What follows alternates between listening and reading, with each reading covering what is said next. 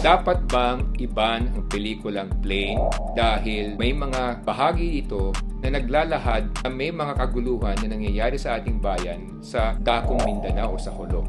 Yan po ang ating tatalakayin dito sa Dad ng Bayan. Ako nga po pala si Michael Sai, ang inyong Dad ng Bayan. Dad ng Bayan ay lagi niyong kakampi. Tutulungan ka at hindi hahayaang maapi.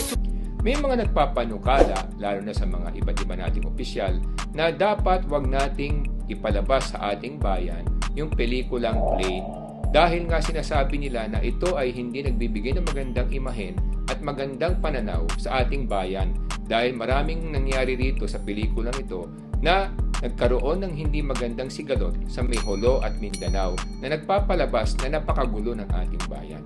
Ngayon, aralin natin at ating alamin kung ano ang dapat at hindi.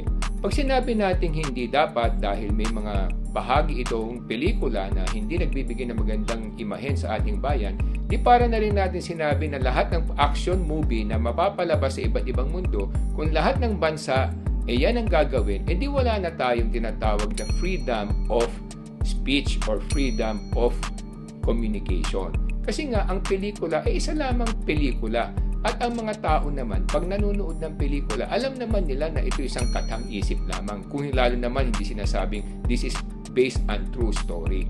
Pangalawa, kung masyadong magiging makitid ang ating pag-iisip, para na rin natin sinabing pinukpok natin ng bato ang sarili nating ulo. Bakit?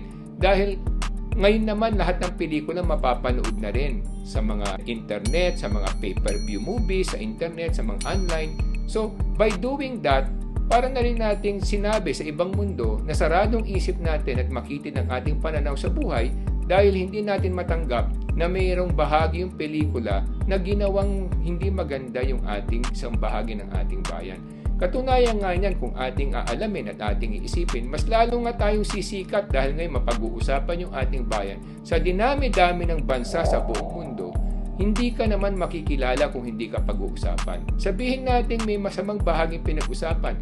Kahit naman sa Amerika, pag ibang pelikula, meron din mga pelikula na sa Amerika nangyayari yung mga bombahan, yung mga patayan, pero still pinapalabas yun sa iba't ibang mundo at kahit na sa kanilang bayan, pinapalabas nila yun. Dahil alam naman ng mga tao na pelikula lang yan, isang katang-isip para magbigay ng ligaya sa mga tao at sa mga manunood. Ngayon, kung sasabihin natin hindi pwede, di para na rin tayong diktador, para na rin tayong isang bansa na natin pinapakita sa buong mundo na napakakitid natin mag-isip at tayo ay makasarili lamang sa ating mga pananaw sa buhay.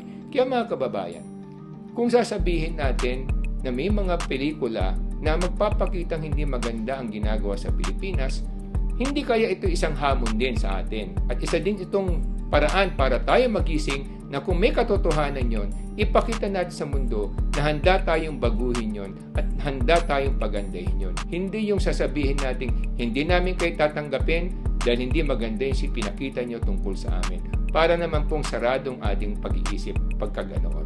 Yan lamang po mga kababayan. Ako nga po pala si Michael Sai, ang inyong Dad ng Bayan.